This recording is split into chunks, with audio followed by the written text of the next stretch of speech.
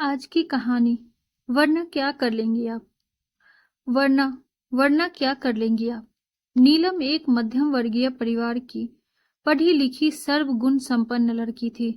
उसके पिता उसके लिए रिश्ता देख ही रहे थे कि नीलम की बुआ एक बड़े घर का रिश्ता लेकर आ गई।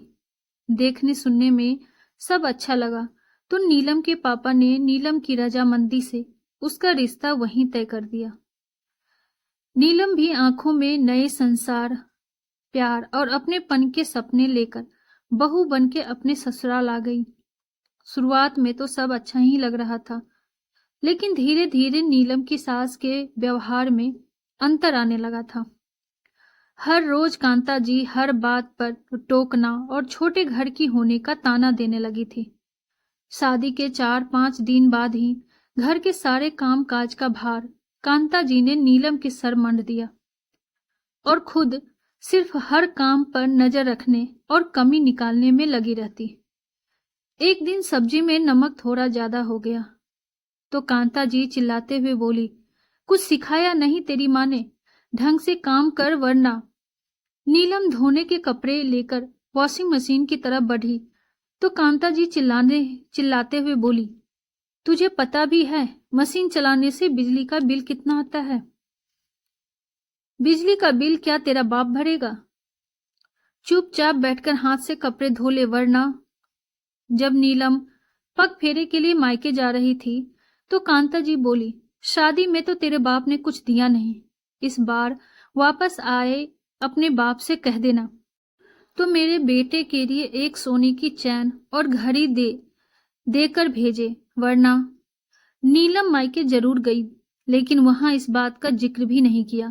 बहू को खाली हाथ वापस आया देख कांता जी फिर चिल्लाई, तुझे कहा था ना कि चैन और घड़ी लेकर आना, खाली हाथ आने की तेरी हिम्मत कैसे हुई?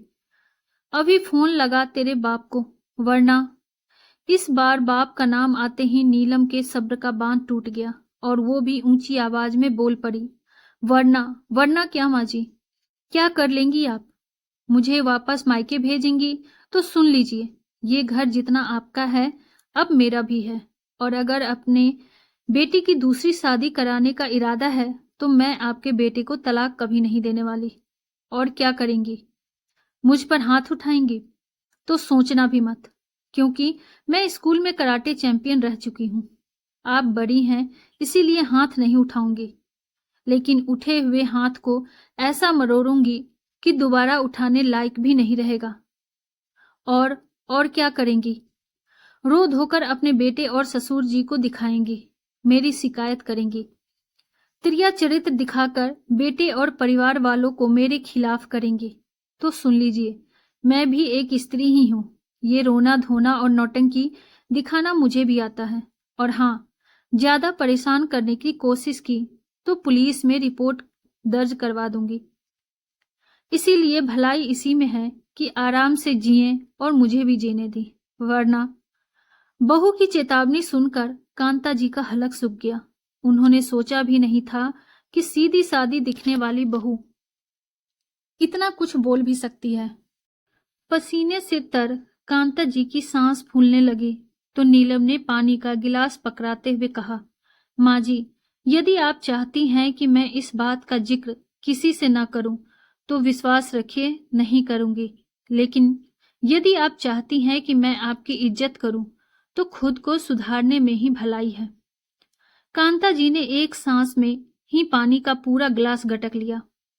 शाम को जब नीलम के ससुर और पति ऑफिस से वापस आए तो घर का माहौल बिल्कुल शांत था। नीलम चाय लेकर आई तो सबके साथ कांता जी ने भी चुपचाप चाय पी ली।